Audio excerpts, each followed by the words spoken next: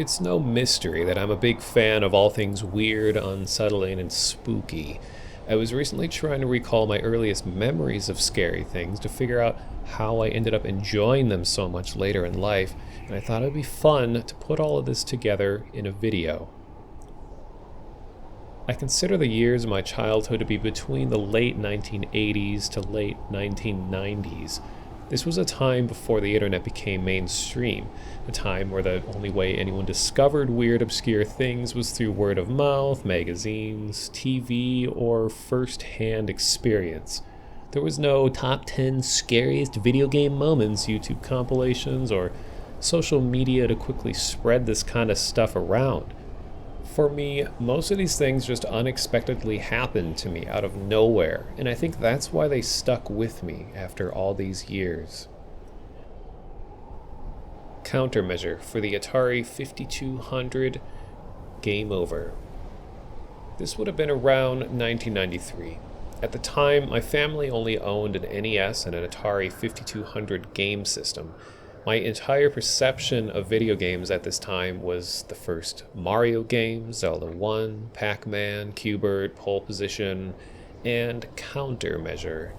This was not a game intended for kids. It was a top-down military game where you drove a tank around and fought terrorists. The goal was to blow up all the missile silos before the terrorists nuked Washington, D.C. After each silo was destroyed, you'd be given part of a launch code, and once the game timer was up, you were tasked with guessing the code based on the letters you were given before you and everyone you've ever loved were blown up. It's this final scene of the game that absolutely terrified me as a kid. I would watch a sibling or my dad play the game, and anytime the timer was about to run out, I would leave the room. Just listen to the sound and the graphics of this final game over sequence, and you'll see what I mean.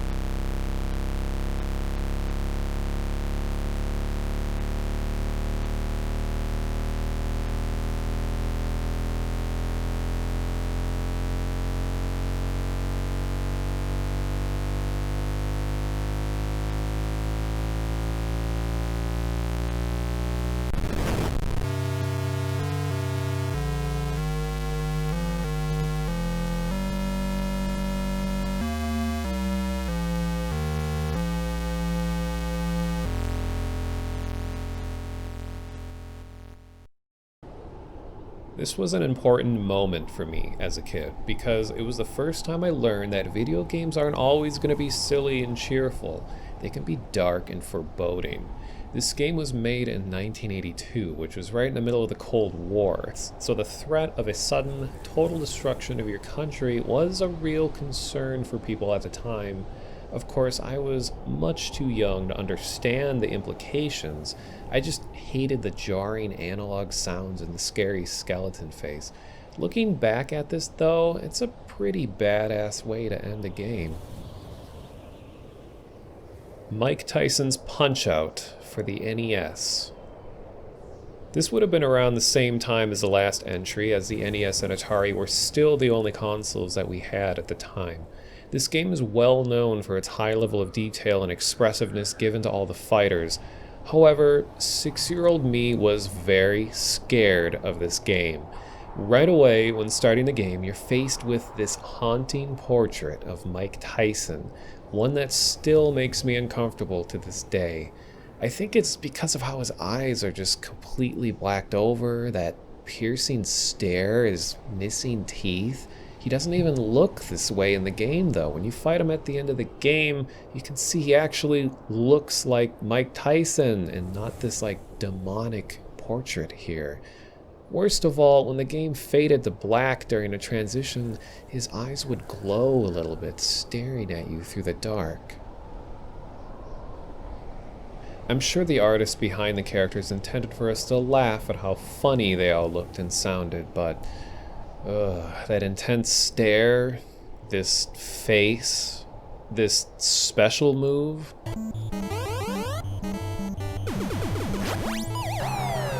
And this laugh.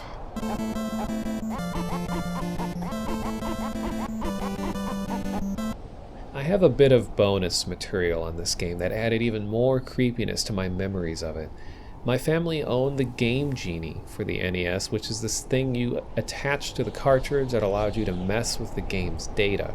The intention was that it let you cheat, like you'd get unlimited lives or invincibility or whatever. However, you could enter your own random codes to scramble the game in weird ways. This was my first exposure to what you all probably think of as corruptions nowadays, but this was like 1995. I remember this one night when my brother and a random friend of his were putting in codes at random. I obviously don't have footage of this since I was like 6 years old at the time, but I'll do my best to recreate what it was like. It is L E I X Z.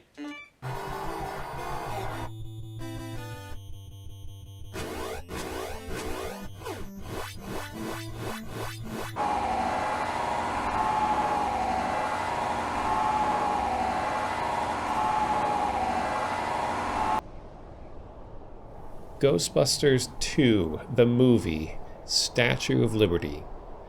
Just about anyone who was a kid in the 90s has heard of Ghostbusters. The movies themselves had a lot of spooky moments of them involving ghosts and all that, but for me as a kid, I discovered a weird fear I didn't even know I had. It's kind of hard to explain.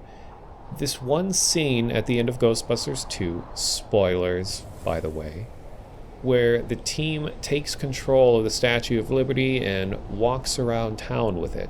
It's supposed to be this cheerful moment of like, whoa, dude, with exciting music playing, everybody's cheering, but I thought it was horrifying. Something about the lifeless, vacant expression on the statue's face as it walks around town, and it has this harsh, dramatic lighting below it. It's just something about big human statues coming to life just makes me uncomfortable. Game Boy camera error messages.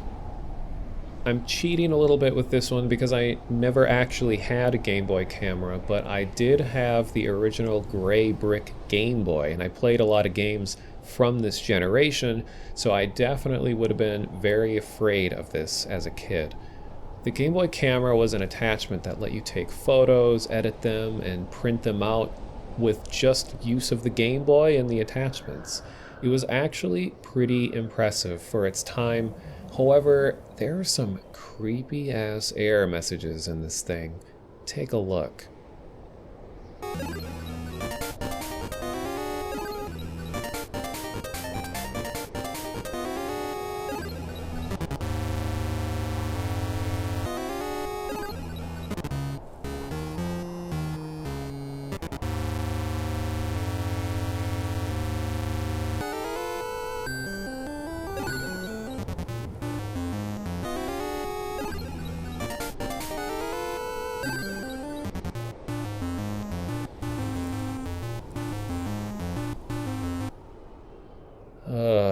The sounds really enhance the experience too. The "who are you running from" is probably supposed to be a joke because it shows up when you repeatedly select run from the menu. Some developer probably thought this would elicit a wholesome chuckle from players because it's a pun, and also clowns totally aren't scary at all, right? Final Fantasy VI, Shadows Dreams. Final Fantasy VI is easily my favorite in the series. Not only was it the one that I spent the most time with as a kid, but in my opinion it stood as a prime example of pixel art at its finest, releasing shortly before the 3D generation of the PlayStation 1 and Nintendo 64, which would both release only a year or so after. The game featured a great deal of optional side adventures for better equipment, but also a few that would reveal more about the backstories of the characters. One infamous example are the secret dream sequences for a character named Shadow. He's already a mysterious character who has no allegiance, and the player will learn next to nothing about his past if you don't run into this event.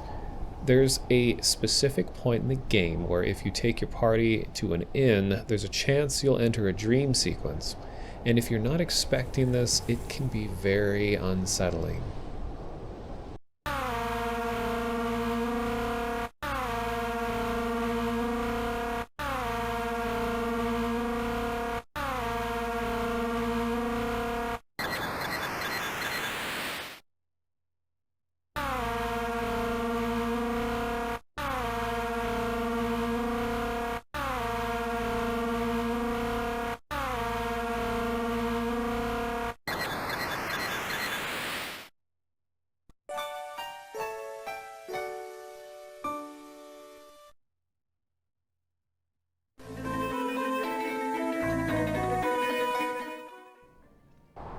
The clip you just heard is actually the Game Boy Advance version, which had a smaller range of audible frequencies that it could play, so they significantly pitched up the sound, which made it a lot more shrill and hard to listen to. Here's how it sounded on the SNES.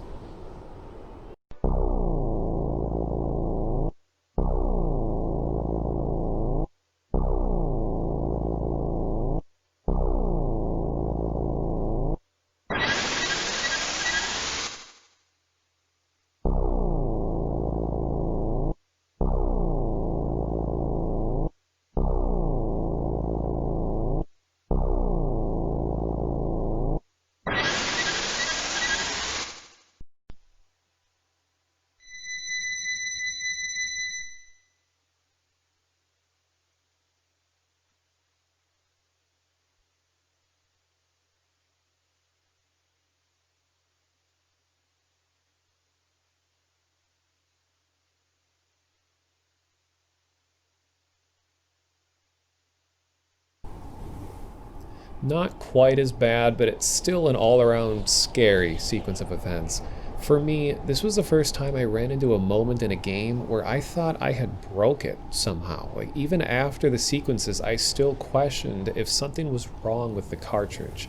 The missing background, glitchy sounding noises, uncomfortable pauses, strange outlines.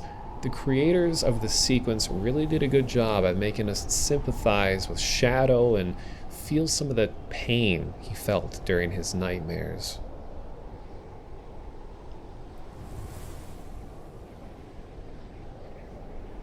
Three Men and a Baby, The Ghost. This one is going to take a lot of explaining. For the record, I still have never seen this movie and really don't even know what it's about, other than it's supposed to be a comedy. The story I have surrounding it is what made it much scarier than it really was, and why it sticks with me to this day. I was just beginning middle school when this happened, so it would have been around 2000, 2001-ish.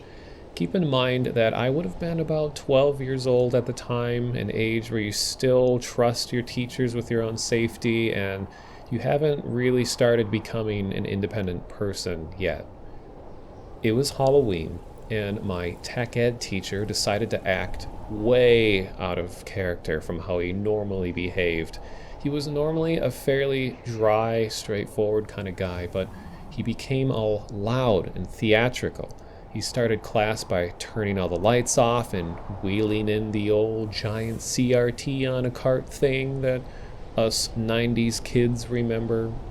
He pulled out a crusty old VHS that he recorded from home, and he asked us if anyone has ever seen a ghost before. We were all already petrified by how he was behaving, so nobody answered. "I have proof right here," he said. His story went something like this. "The apartment they used to film the scene used to belong to a family who tragically lost their son after he fell off the balcony to his death.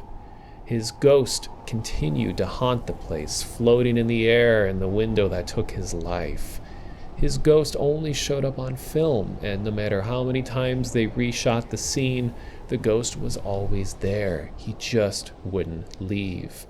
He then put the spooky tape into the VCR, and this is what we saw. Darling, I see you. Oh, she's so lovely. What's her name? Mary.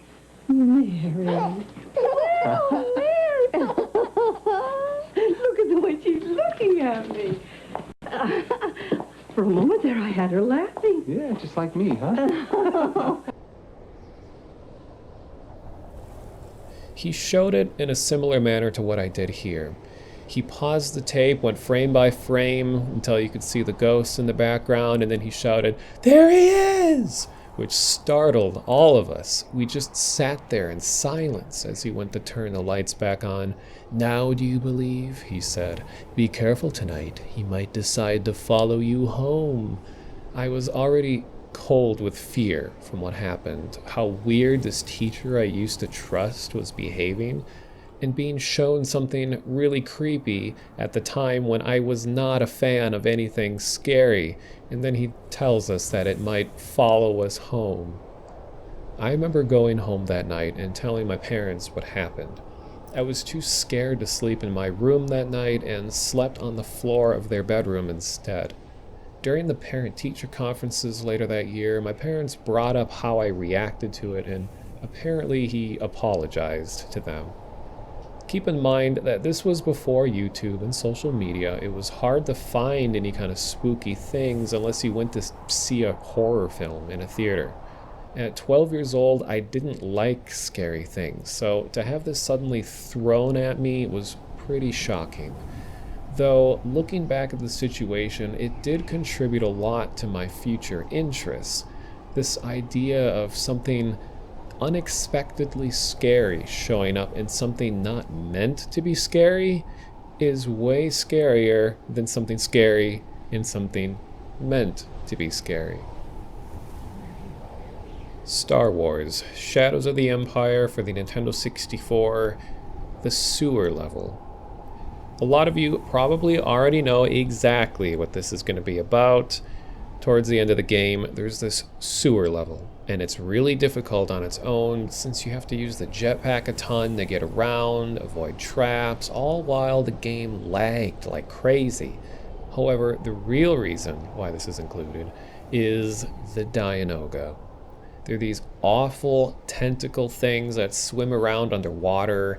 I've only ever played this on the Nintendo 64, and I remember the level being so dark, so blurry, filled with green fog, and you could barely see anything. When you got near these things, they would make these horrible noises.